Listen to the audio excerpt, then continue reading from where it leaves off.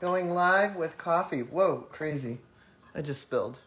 Okay. I'd like to say that's the first time that happens, but it's not. No, it's not. No, of I've course. spilled your whole thing before. So it's a big old cat cup. Cat espresso yourself. That's what it says on the inside. It's probably backwards there. Anyway, I forgot to tell Claudia what we're doing today. Oh, are we doing something special? We are. We're just going to have a little kind of Ask Joan sort of situation. Good morning, everybody. Happy 5th of Leslie July. says hi. Hello, Leslie.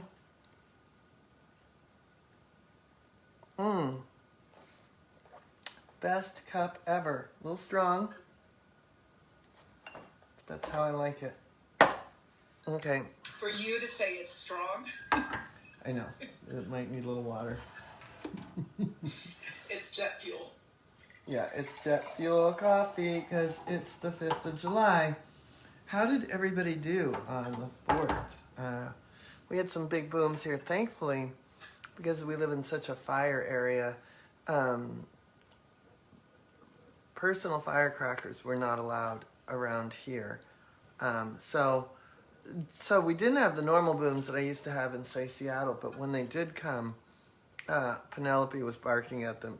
Just like a few weeks ago, I had to get up at 3 in the morning to for a flight, and at 2:45 we had thunder, and it was such a foreign sound, and it was so loud, and it sounded like a truck was driving through the house, that I woke up to the thunder and then Penelope barking, and I never went. I was like, well, I'm getting up in 15 minutes anyway, so I was early to the airport. But yeah, so a little water with my coffee. Oh yeah, we went on a glorious hike this morning and done lots already, so it's a perfect day to be here. And with the school has a week off, so people are getting caught up with their homework partners or doing family things. Either way, it's a little breathing room for the teachers, except for me and Claudia and Shannon, and a little breathing room for the students, unless they're behind on their homework. So this is really a great day to just kind of be here with you. If you're new to me, my name is Joan Ranquet, and I'm an animal communicator, author, speaker, TEDx speaker, and founder of Communication with All Life University.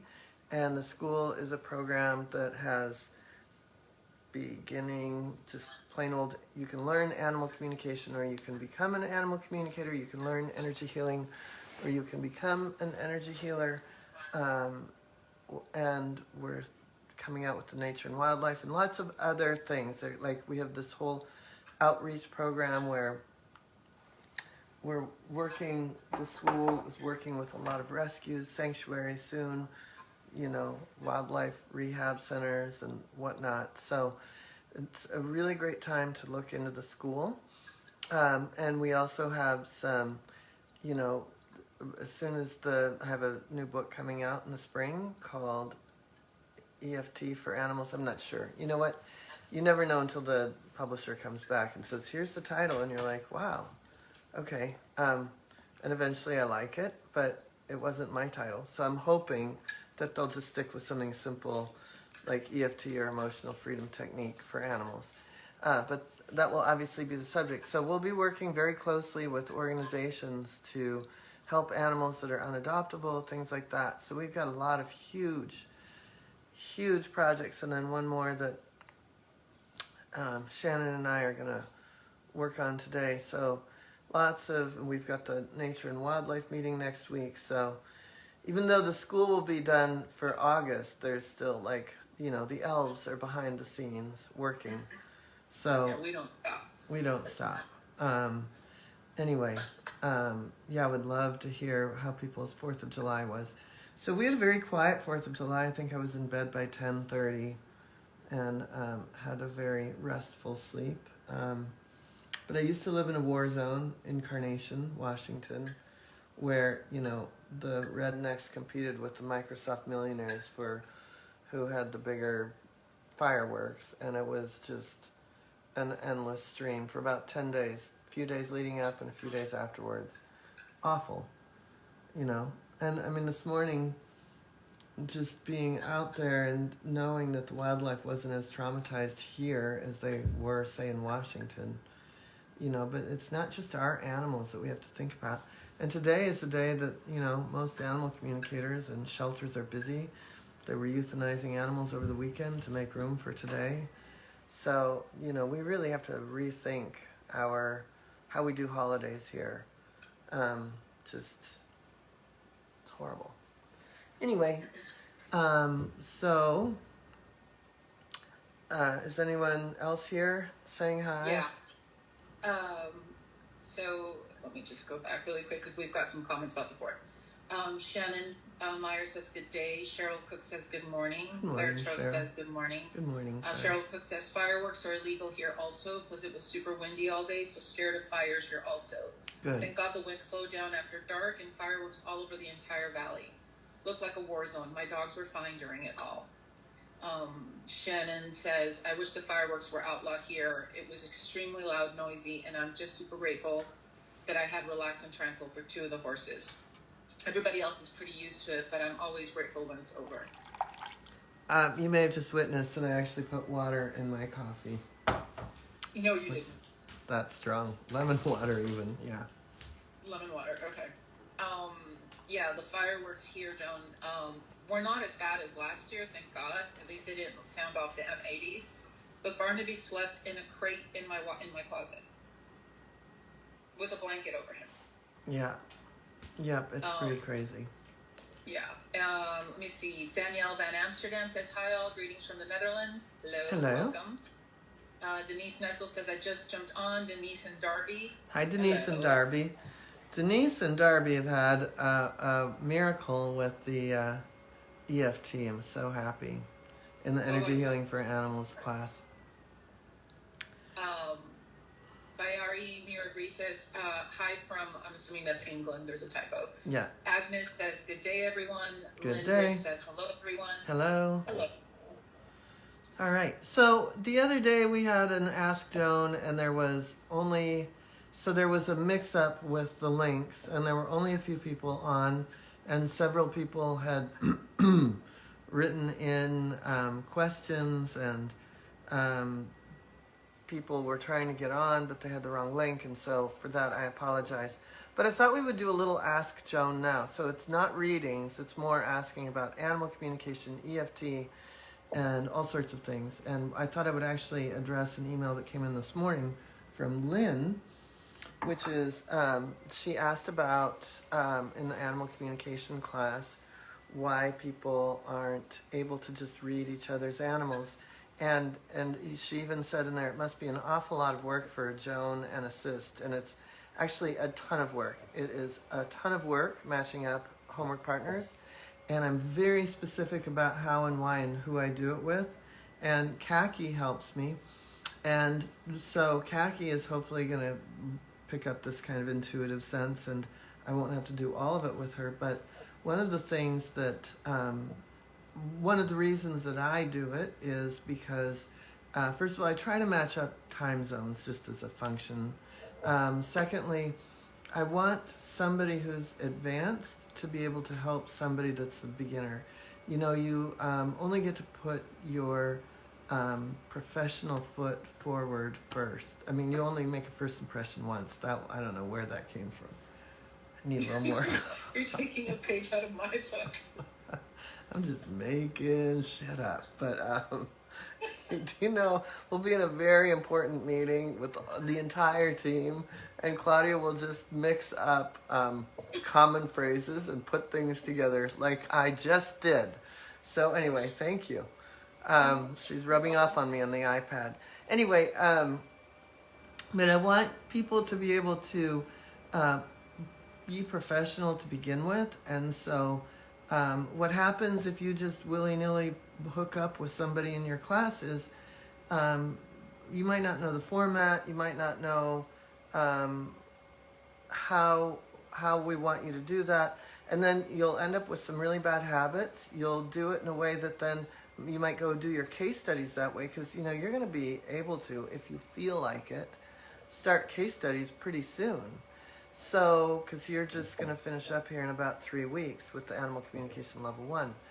So, you wouldn't want to start your case studies wrong and have to do them over, right? Because there are certain things I don't allow, like you can't type and email somebody your session. You can't, there's just certain things. And so it's kind of on the honor system that the advanced students are going to get together with the beginning students, because someone did that for them. And if they're not doing that, apparently there's a list of people that are not responding to some of the new people, and I will be getting on that. And do you have anything to add about that? Maybe Shannon has something to add about that? I actually do.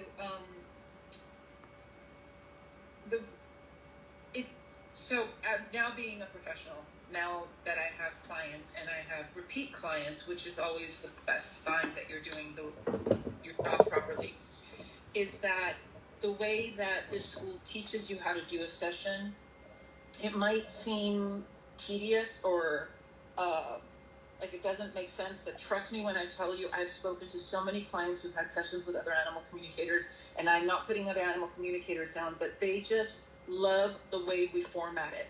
It's clear, they get validation, they get all their questions answered, and I have yet to meet someone who says to me, I don't feel like, I got my money's worth. And because the way you taught us to set it up was after how many years of trial and error, right? Mm-hmm. Like, you didn't just one day wake up and say, we're going to do this, this, this, and this, and it has to be this way, it has to be this way. Joan has been doing this for way longer than many of us, and the system works. I love going in. It's like I plug it in, so I allow my intuition and my animal communication, I should say, to do the work when I just plug it in. And if you get into the right habits of doing it, if you get into the habits, it's going to make your case studies better, it's going to make your animal communication better, and it's going to make your clients really happy. That's just it right there. And whether you're in the single certification or the animal mastery program, you've got time. We'll get you homework partners. We'll get you homework partners, so that then when you go to do your case studies and you're working outside of the school, you're very professional already. And because it's the people that you do your case studies with that become your first clients. They become your first paying clients. There are people that I gave away free readings to in 1995 that still, I'm going down to a barn in next Saturday that I, probably did one of the people for free in 1995. That's just how it goes. And so the people that you work with outside of the school are the people that become your clients, that you end up working forever with, and and they're going to refer you. And there's a whole system that we do in order to move it over into getting paid. So I'm so grateful that you're here, that you're part of this, that you're excited to do this work, that you're eager to get as much practice in as possible. But I always say that by the time you graduate, you've talked to 250 animals. And so take a breath. And we've got this. It's priceless. And Lynn asked, so should we only be practicing with the homework partner, not do any practice outside the school?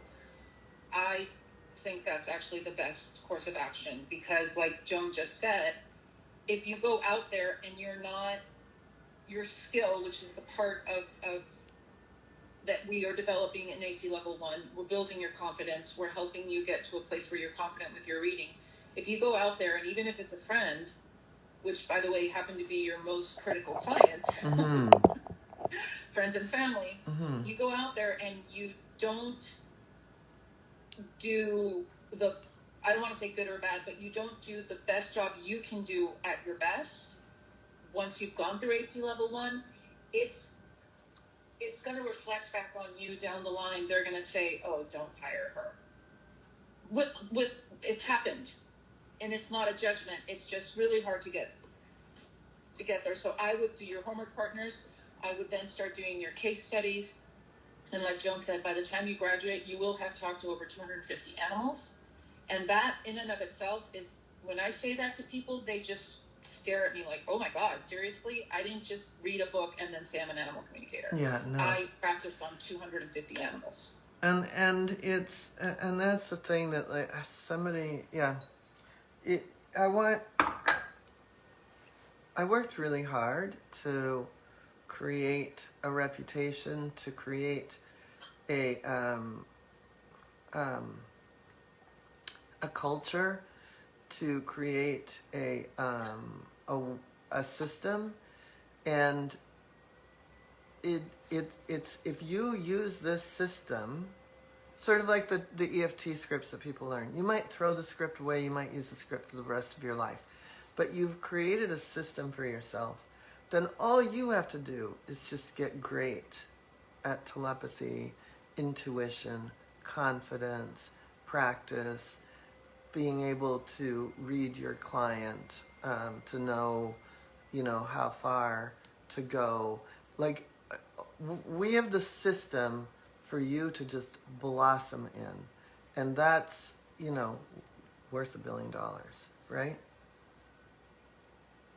Yeah. Did you just go to sleep on me? No, I was reading a comment that I'm going to address in 2 seconds. But no, it's exactly what you said. The system is there, and it allows you to develop your skill. And also, I just noticed that Claudia has some super fancy fingernails, which makes me then notice that I probably have, I have dirt under mine. So just... They're not fancy. It's my nails. They look good. Thank you. Really quick, Bayari, Mira, the Ask Joan today, she's asking if you could check in with an animal. We will be doing animal readings soon. But yeah, today in a couple we're weeks, doing, yeah. Today we're doing Ask Joan, so it's more, and I promise that we will get to your, is it a cat or a dog? Anyway, I promise we'll get to your animal in a couple weeks. But today we're making up for the Ask Joan, which is about animal communication, energy healing, things around it, around being a professional, around intuition. How do you know if you're getting the right information? How is, just all the questions that we usually hear. Are there any questions that people are putting up there? Yeah, so Debbie's wants to know if this is recorded to view yet later. Yes, it is. It'll be in the Facebook group. You can always go back and look at it, and then we do post them later to YouTube. To the YouTubes. On the interwebs. The interwebs. Oda van der Kim is, if the floor is open for general questions, I would love to hear more about the scalar wave. What is it, and when is its use indicated? That's a great question. That's a great question. So, and I have I have such a huge announcement. I know. How did I forget? I have a TV show. I was wondering. I was like, oh my God. Yeah. I'm like, he's not going to bring it up today. No, I have a giant announcement. I'm going to put it in the group. Holy crap. I'm just not, I'm like, I'm in such a good mood. I was like, well, maybe it's, something happened and it can't be said yet. No, I'm in such a good mood that I'm like, like the animals, I'm just in the moment. So anyway, talk about in the moment, forgot about last night a TV show release. But let's go back to the scalar wave and I'll talk about that in a minute. I have to tell you, I talked about this on the Ask Joan to the few people that were there. We were talking about one of the things, the wisdom of animals that's so great. I'm sitting here making some we better show this on. See, I'm so in the moment. I'm like squirrel. There's Miss Tallulah. Tallulah, but I'm trying to get the picture. There we go. Anyway, She's like, I didn't ask to be on camera. I know, I didn't put my mascara on. Okay, I'm going for cup. Going for another little bit here. Okay, so what we ended up talking about was the wisdom, the true wisdom of animals. One of the biggest wisdoms, one of the biggest takeaways is how in the moment they are. And I was saying that I really, really, really just, I live to watch these videos from, so the hills here look pretty stark, but then you're suddenly in the Los Angeles forest. So there's forest as you go into up where Claudia wants to live, up the canyon, there's several canyons. There's Vasquez and there's Bouquet, but up Bouquet, it starts to get into the Los Angeles forest, and then, anyway, then there's forest, and it connects up over here, way up into the mountains. Somewhere, and I'm gonna find it, there's a bear cam. And this guy has, it's on my Facebook feed like every day. And I don't go on Facebook that much. I have people that post for me. And so when I do go on, all I do is watch this bear cam. And in the bear cam, it's right in front of a little pond. And you watch, like, I don't even know if it's the same bear I'm watching, right? But you just watch this bear like take one step into the pond and the relief. And the next step. And you feel the relief. And then the next step and the next step. Then all 4 feet are in, right? This bear's just looking around. And then he or she just submerges. And you just watch that face go, oh. And then they lick the water. And I'm so jealous. Like, there's nothing that bear is thinking about except the pure bliss of being in that pond. So I've been practicing that, and that's why I forgot to make the announcement. I'm enjoying the day and enjoying the questions. So I will get to the scalar wave first, and then I'll make the announcement. So the scalar wave is a technique that was created by Dr. Valerie Hunt. And she was a UCLA, she was a PhD, I think in biology. I have all her books sitting right here. And she was asked to prove if there was an aura, to prove that there is an aura, not if there was, to prove that there is an aura. And she was such a scientist that she didn't really believe that there was an aura. So the last thing she wanted to do was prove this. And so it became something to almost make fun of, to go about doing just that. So she set herself up with three people that she followed and watched their work. And what she, one of them was Rosalind Breyer, who wrote one of the first most wonderful books on chakras. And I was fortunate enough to study with her in about 92 or 93, because I loved her work. And then the other one was Emily Conrad. Emily, don't you start laughing over there on the iPad. Conrad. Anyway, Emily Conrad was she taught a dance technique called continuum, and the continuum was really, it was a movement class that a lot of actors I knew in the 90s took her class, but it really was a healing technique, like moving through your aura. And I always say that one of the reasons I love jumping rope so much is because I know that the jump rope is about the size of my aura. And I feel like not only do I feel 5 years old, which is always a good thing, I'm getting a great aerobic exercise, but I'm clean, it's a whirligig cleaning my aura. So anyway, this technique that Emily Conrad teaches was very much connected to the continuum of time and space, your own karma, your own energy field.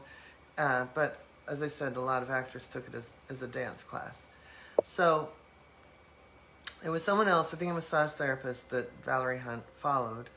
And what she discovered, that there was indeed an aura. She was able to prove it. She was able to create documentation about that. And then she took a hiatus and went to studied psychic healers around the world. And one of them was a psychic surgeon in the Philippines.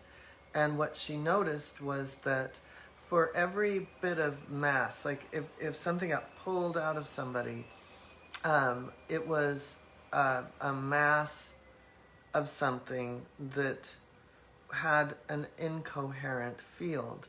And in order to get to that mass, she found that like a psychic surgeon could cut through skin and get to the mass by creating laser sharp, a wave of energy that was laser sharp, and that anything like disease or naughty behavior had an incoherent field, and what a laser sharp wave of energy has is a totally coherent field, and that a wave of energy is always going to cancel out chaos, the incoherent field. So she created this technique where you run energy, you clear the chakras, and then you bring in the scalar wave. So that's the technique. And what is it used for? I mean, I say try it on everything. That's an EFT statement. I need a sip. Hold on. Do you have anything to add to that? Well, I'm going to talk about it. It was done on me. Scalar wave is a really powerful technique that when I first learned it in class, was at the fall intensive. And that was the first time I ever took a class with Joan, was that fall intensive.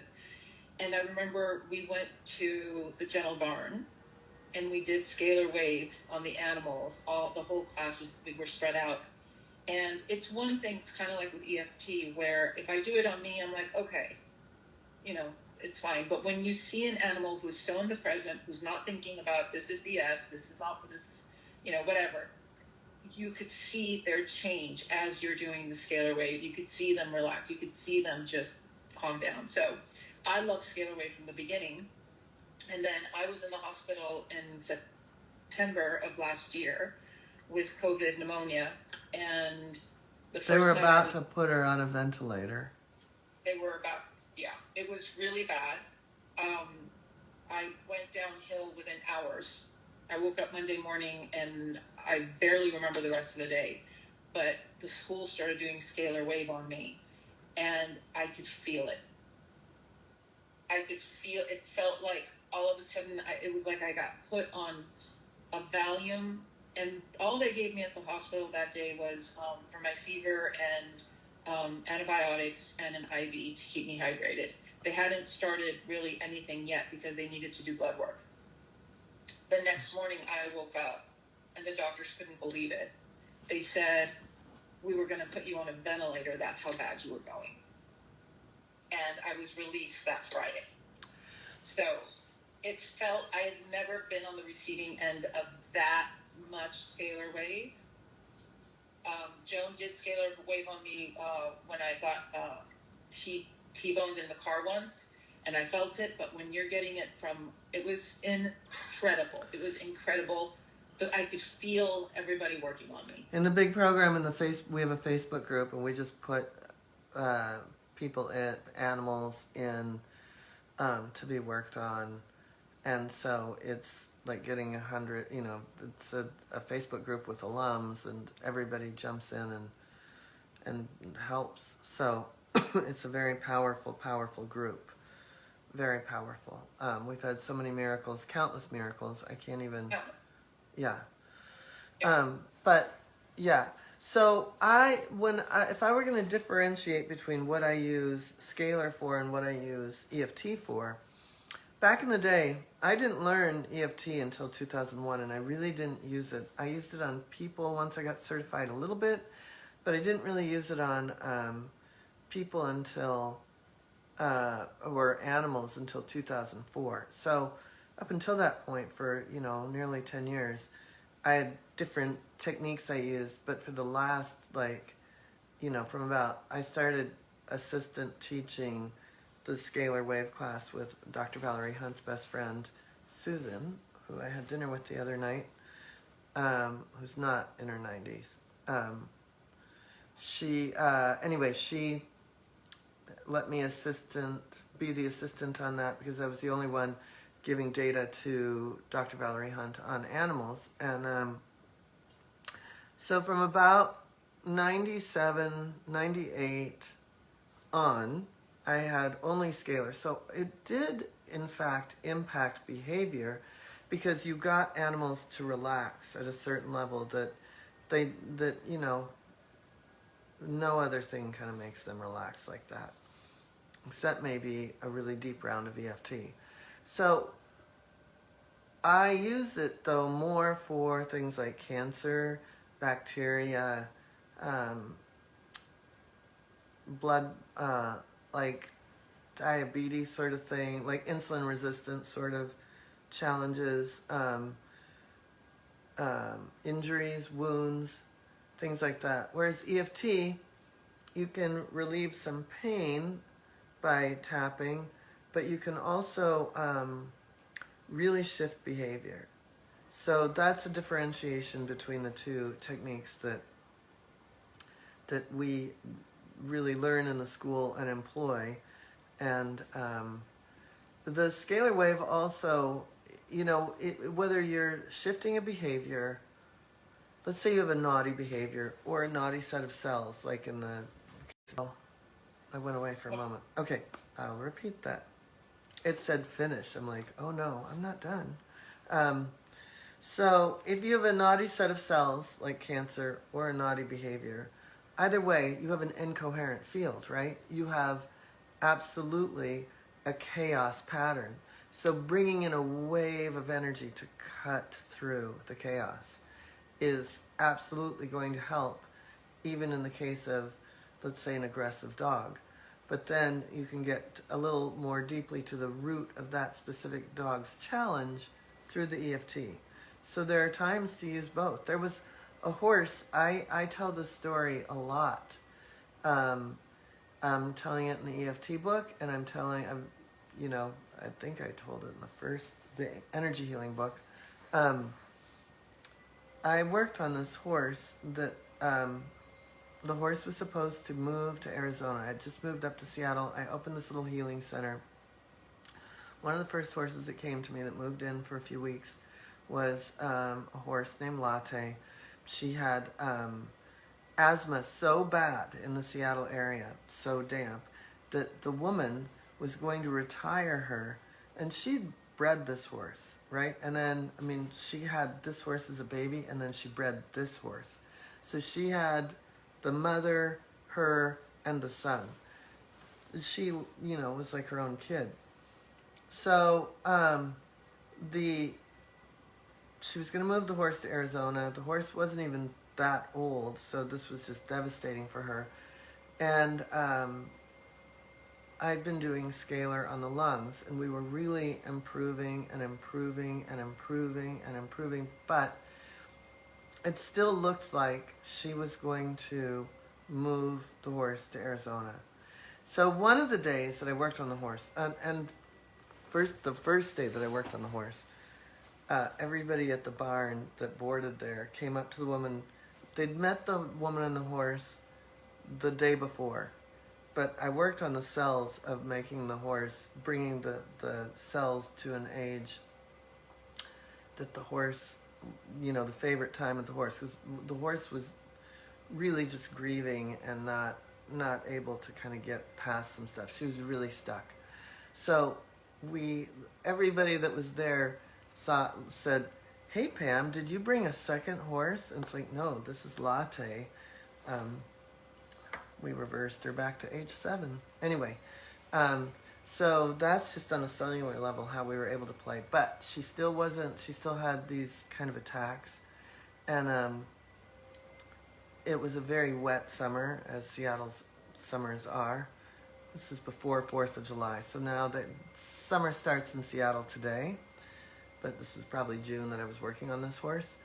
And anyway, so one day I really was like, okay, the second chakra is always stuck. Always stuck. So I thought, I'm going to work on the relationship. I'm going to talk to Pam when she gets here about their relationship. So first I communicated with the horse and about their relationship. And she said, well, the relationship really changed because she's had all of us as family members, but now she has another horse. I didn't even know this, right? But she had bought into another horse that a fancy rider was riding. And a lot of her time was now at the fancy barn and not out trail riding with Latte. And so and I was like, Pam, you didn't tell me you have a whole other family somewhere else. And she said, yeah, my daughter and I bought this horse that, we're showing. And so I did a round of EFT tapping just on the that feeling like she had another family. And it was that put it over the edge. So I'd done like probably 6 sessions of scalar, but that one EFT session put it all over the edge. The horse was pretty much undiagnosed with asthma, never moved to Arizona, and lived another, I think, 8 years. So that's a great story of combining all of it. Yeah. And another thing that Scalar Wave is really great at is it doesn't always heal. Like if you have someone who is going to transition, you can't change that, but you could certainly make the transition more peaceful and easier than not. Yeah, that's a really good point. And you don't know when you're clearing someone's chakras, you don't know the extent to the karma that you're clearing. So you may be really helping them move into their next life in a way that is profound. We just don't know. I mean, healing isn't always curing. Healing is healing. And so healing is a continuum that's going to last through lifetimes. So anytime you have the opportunity to be of service in that way and help someone, even if they are going to cross, you have no idea how much you could really be helping them. So there. Does that help? And we're doing the scalar at the virtual retreat coming up, which is, someone will type in the dates because I have it all confused in my head. I think the 15th, 16th, and 17th. I just want to make sure. July 15th through the 17th. And then we also do it at the fall intensive in a huge way. So at the retreat, the virtual retreat, it's one day and we do it on ourselves. But at the fall intensive, which is not too early to start thinking about, and it's a good time to get your flights for October, the last 3 days of the fall intensive is the energy healing for animals. We do a scalar wave, we look at energy fields, we work on horses, dogs, cats, we work remotely.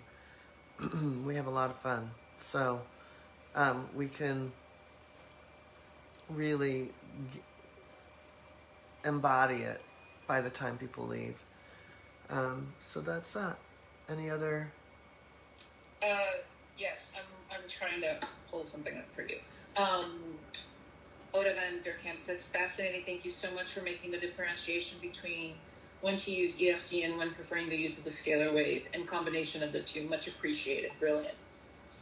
And that's why we combine it in the energy healing for animals class. We're in the week 8. Yeah, so that class is almost finished up, but that class, so there's energy healing for animals at the fall intensive, and then there's a class, another round of energy healing for animals that starts in November 12th or 13th, something like that. Okay, and I'm just going back to make sure. We have a newcomer, Anka Orzel. Welcome, Anka. Says, Welcome. hi, I'm here. My question, I'm picking this question because I know what you're going to say and I want you to share.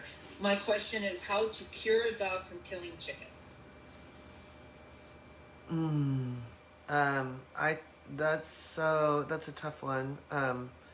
And I look at really that's more of a training thing more than anything in management. I always say that there's animal communication, there's energy healing, there's training, and there's management, and there's veterinary care, and there's massage.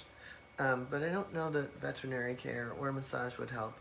So it would be in those four pillars. I mean, you can communicate with the animal that you want them to be gentle, and you can do energy healing and bring that relaxation down. And one thing that I want to go back to the scalar and the EFT, like relaxation is at the beginning of any healing. You can't heal without going into the parasympathetic nervous system. So you could do a lot of calming energetic techniques for the dog that kills chickens. But even so, if you are asking the animal to be gentle, they have free will and they also may have a prey drive that's genetically driven. Therefore, you really have to honor that to some degree, even though I wish that everybody was vegan and the lion would lay down with the lamb, but we're working on that. But in the meantime, then it comes down to training and or management. And I hate to say that. I wish it were something that, I could just pop off an advanced student for. I mean, you could certainly try communicating. The challenge is that in that situation, what we often do is we start picturing the behavior that we don't want, and especially if you witnessed it and you're horrified by it, or you saw the face of your neighbor come over if it was your neighbor's chickens. So in that way, you may be replaying it for them in a way that they think, oh, that's cool, I'll just go get some more. So you have to picture the dog being very gentle with other beings, if you can do that. So that would be one animal communication thing you could do. Then you could do calming, energy healing, but I still wouldn't do any of that without training and or management. One of my favorite things that you taught us, and that's what I share is those four pillars also, is that, if you are doing, let's say you are communicating with a human being who's a smoker. Yeah. Yeah, I always say that you just don't walk up to a smoker, somebody who's really enjoying it outside, and go, hey, quit smoking, would ya? It has to be all of those things into play. And sometimes it's just management, like you said, and just keeping them separate. Knowing that your neighbor's chickens are out, or, like people set up management in their homes. Like Shannon had to divide her house when her dogs didn't get along until she worked very hard. She worked with the EFT. She worked with animal communication. She worked with training. But she had to do a lot of management. And in the end, she was able to, it all worked out. But in that management, you understand a lot. And management can be anything from you're in this side of the house and I'm in the other side. It could be creating some sort of, management, could be veterinary care, could be, body work, things like that. But it's still, it is a combined effort. Mm-hmm. Absolutely. I hope that helps answer your question. And I know there are a lot of animal communicators out there that are arrogant enough to say, oh yeah, we can solve that, and they're just going to take your money. And the truth is, you really have to be prepared to do all of the above. Sorry. And then we have just responding to messages here too. Shannon and I were texting right now. Shannon actually pointed out that Claire Trost has a really good question also. So Look, here it is. Claire says, I would love to ask how best to introduce a newly adopted kitty to resident kitty. Mm. Okay, now I'm going to announce my TV show because I forgot about that. Again, I forgot about it. So I've been on a TV show. It's on an online streaming network. It just came out last night, but we've been filming since January. We've shot about 12 episodes, and once a month we shoot like 3 episodes every Sunday. So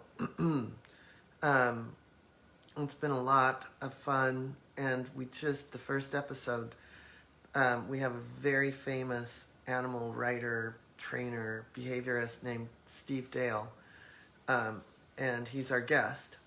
And the TV show is, I'm one of 4 experts on a panel. One veterinarian who I've admired since the 90s, Dr. Palmquist. He's an integrative veterinarian. Dr. Christina Chambreau, who is a homeopathic vet, but also a sustainability expert. So we talk about like what toys are I mean, it's crazy great, the information in this show. And then a trainer with more letters than you've ever seen behind her name.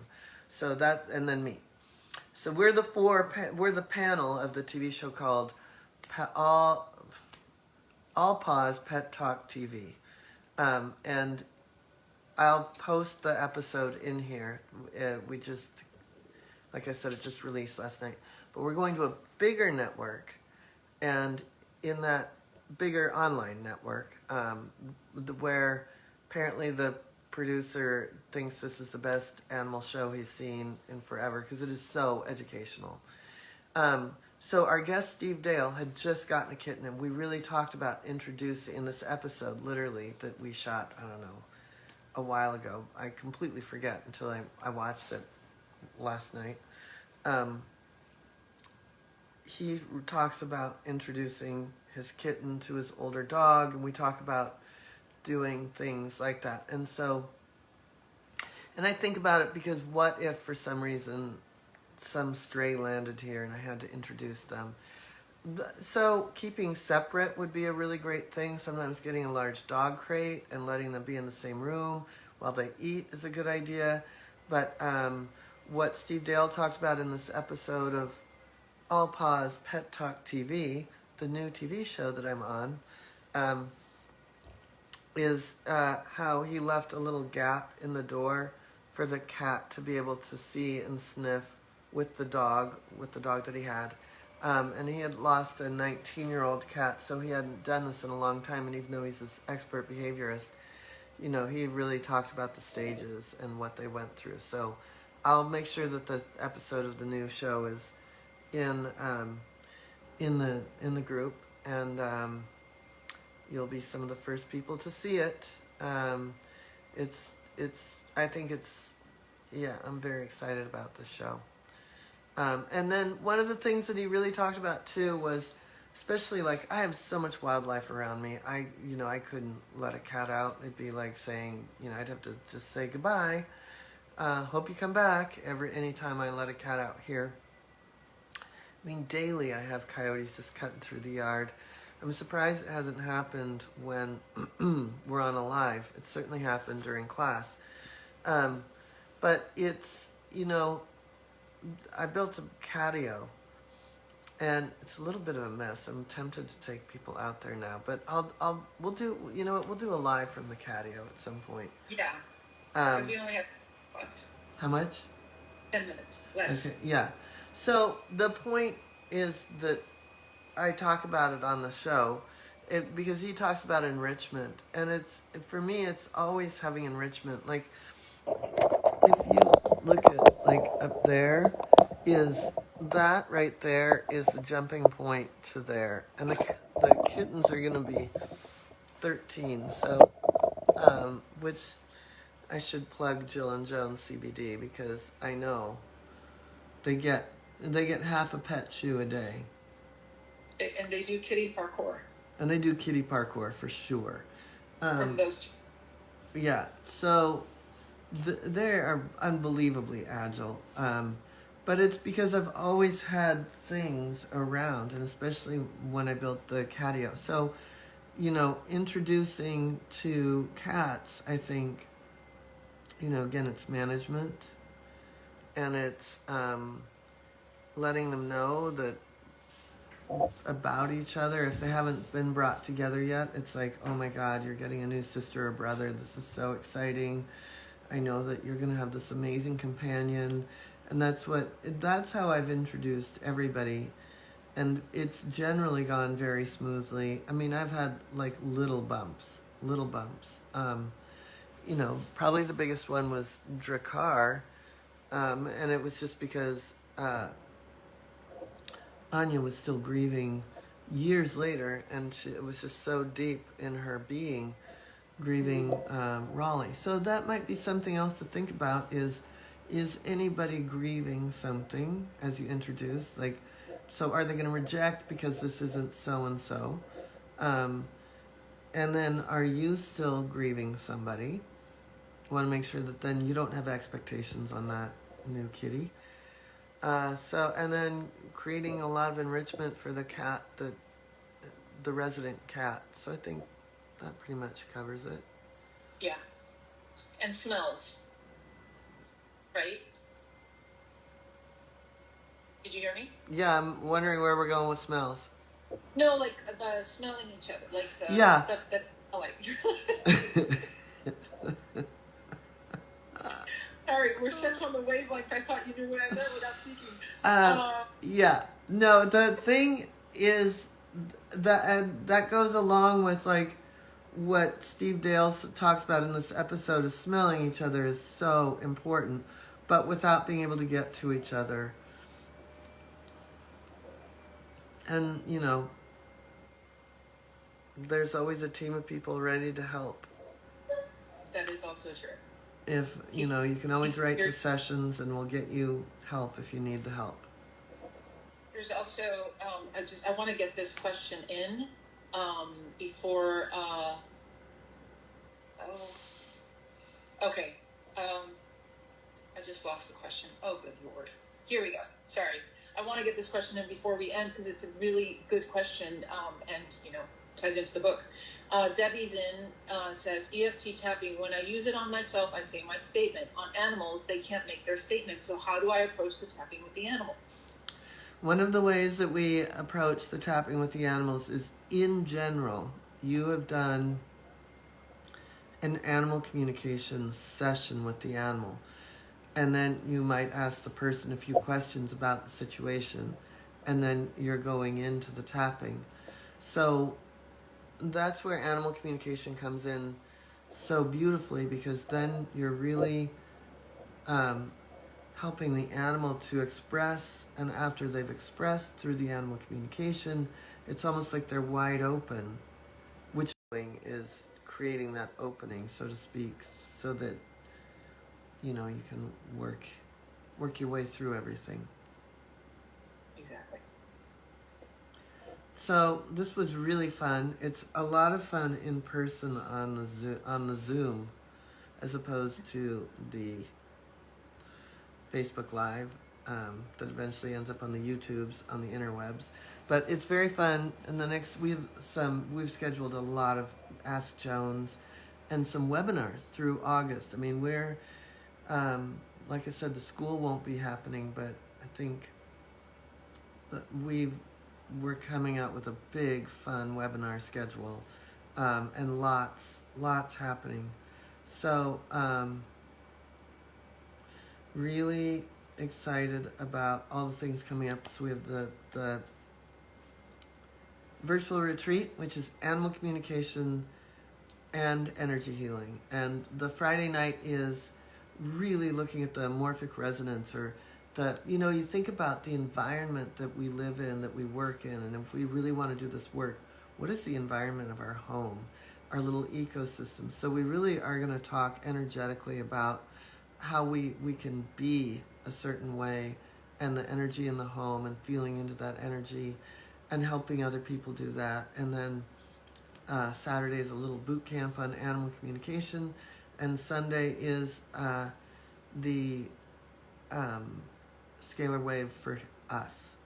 And so it's a powerful little July weekend to hold everybody over until we come together again in the fall, because right after that is pretty much the end of the trimester, if you will, for the school. And we come into the fall, and so there's lots to look forward to in the fall. And we have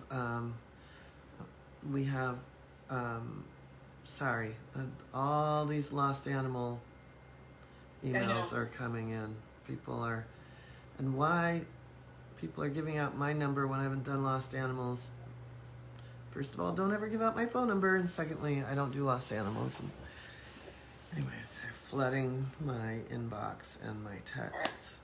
Anyway, so in the fall we have the Fall Intensive, which is animal communication,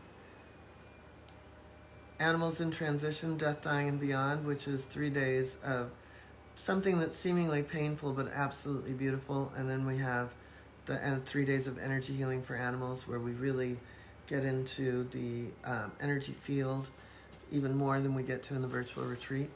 And we're doing it as a hybrid, but if it is something you're interested in doing in person, you might want to think about letting us know in advance, because we limit the amount of people that are here in person. And then we have, at the end of October, we have Animal Communication Level 1 starting up again, and then Energy Healing for Animals starting up in November. And it's never too early to join these things, because we have lots of little intro classes all the way along, so there's lots of ways to get animal communication in before you join.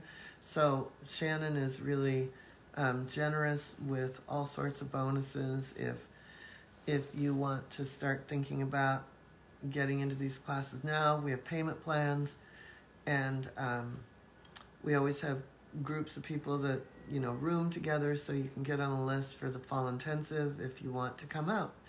So lots of fun ahead, and I can't wait to see you either in person somehow or on the virtual retreat. I hope that you'll be joining us, and if not, I'll see you next week. So thank you. And you can always reach out to Shannon at info@joanranquet.com. She can help you with the whole journey of what you want to do, who you want to be when you grow up, and all of that. So thank you.